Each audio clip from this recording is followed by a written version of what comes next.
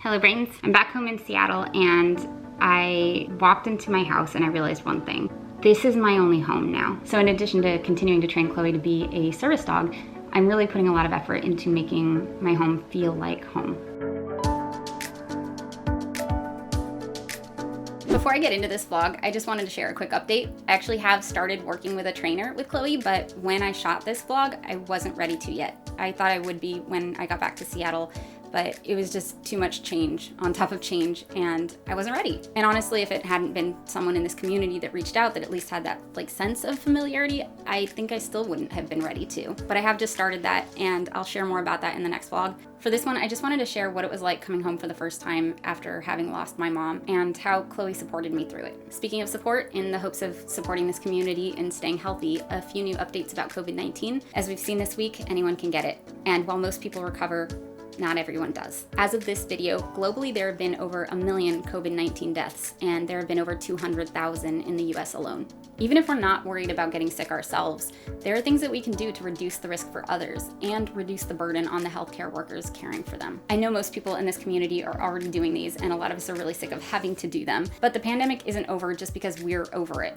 And by continuing to do these things, we can better protect ourselves, the people we love, and the loved ones of people we've never even met. So as a reminder, general practices for staying healthy are washing our hands frequently for at least 20 seconds, and when that's not possible, using hand sanitizer with at least 60% alcohol, and cleaning surfaces that get touched a lot. So even if we don't feel like cleaning the rest of our house, at least sanitizing things like light switches and doorknobs. For COVID-19 specifically, because it spreads between people in close contact through respiratory droplets produced when an infected person coughs, sneezes, or talks, we can reduce that risk by wearing masks in public or at social gatherings and social distancing, avoiding large gatherings and staying at least 6 feet away from others as much as possible. What I use for reference is Chloe's leash. The typical dog leash is 6 feet. Speaking of dogs, back to the vlog.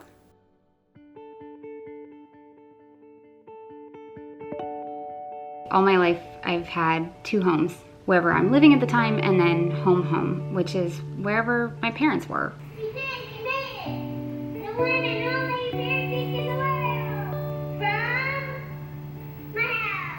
Or when my dad died, wherever my mom was. Like, no matter what happened in my life, I knew I could always go home. And we're selling her house. And I'm okay with that, but it does mean that I don't have two homes anymore. I have one now. And so when I walked in, this home felt really important. It felt like it had to do the work of two homes. And so a big part of this journey now, I think, is gonna be making my home home.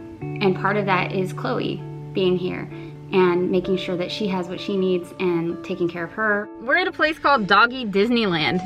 It's called Merrymore Park, and apparently it's like 40 acres of dog park and 5 places for them to go swimming and just a ton of fun. You wanna go Doggy Disneyland? Yeah? Let's go find Dobby. In a weird way, I feel like I have to be mom now. Like, the things that she did, the things that she provided, that's my role now. Rolf is helping me make my mom's coffee cake.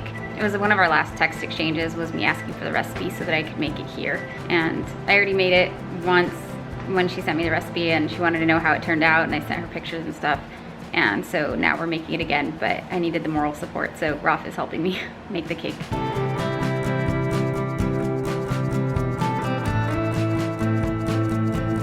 Are you eating it already? Wait for it to be done.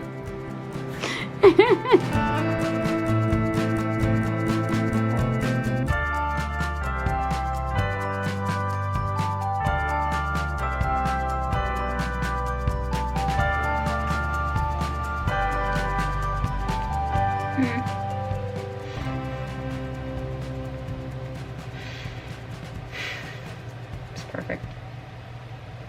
Thank you for your help. My mom had a really beautiful outdoor backyard and I helped her build it.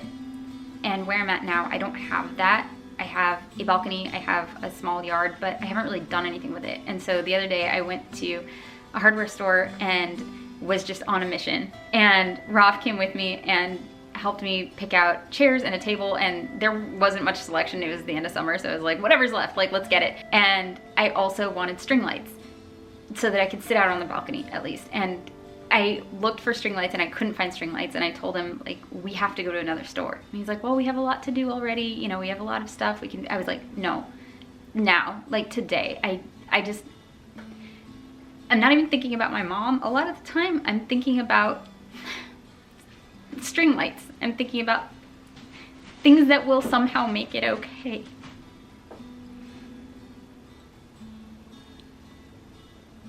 So I found string lights. They had like one set that was like $100 and it's 48 feet, and I probably didn't need that much, but I told them it's either this, I'm getting these, or we're going to another store because I need them.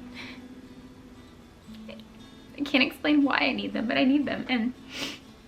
And then I spent the rest of the day setting up the patio and setting up the string lights and just standing on my tiptoes and climbing on the side of the railing and not being terribly safe, because I just needed that. I couldn't explain that other than I needed it. I just got this box from my sister in the mail. It's my mom's stuff that I wanted to keep.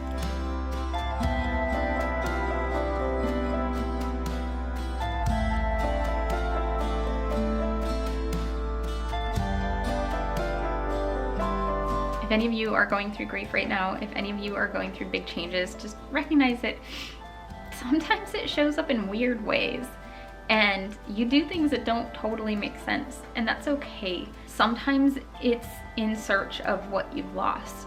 I can't bring my mom back, but I can give myself a sense of safety. I can give myself a home. I can make my space beautiful the way that she used to make spaces beautiful. That's what I can do. And I think that focusing on what I can do is helping me cope with the things that I can't do anything about.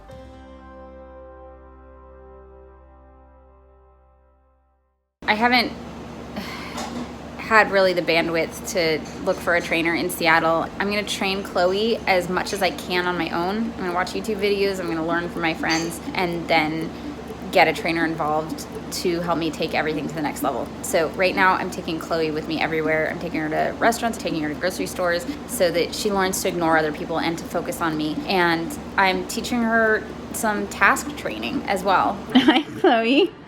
I taught her to go get my meds for me because I often forget them at night, and if I wait until I'm going to bed, it's kind of too late. And so I'm trying to teach her to get my meds for me, but then this keeps happening. Good girl, Chloe. Bring me my meds. Good job. Yeah, that would be great, except this is about the 15th time she's brought me my meds tonight. I just was really overloaded in a conversation dealing with the grief and emotions around the conversation and everything, and Roth pointed out that I tend to do this when I'm overloaded. I'm trying to teach Chloe now to interrupt that behavior. Chloe, pause up. Good girl. Good job. If I'm starting to go like this, I need to disengage from that conversation, and because I'm at that, I'm starting to get into the red. I'm starting to get to that point of no return where I won't have control over my emotions, and really I'm not thinking straight at that point, and I should not be talking. Pause up.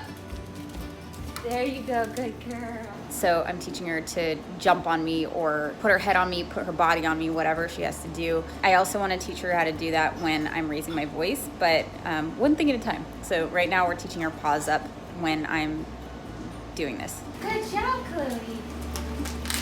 Good girl.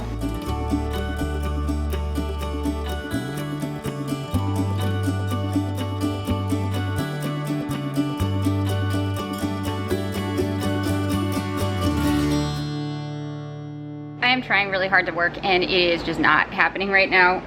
I had my schedule blocked out where this is what I'm doing from this time to this time, and my brain keeps wanting to switch to the thing that I'm not supposed to be working on yet.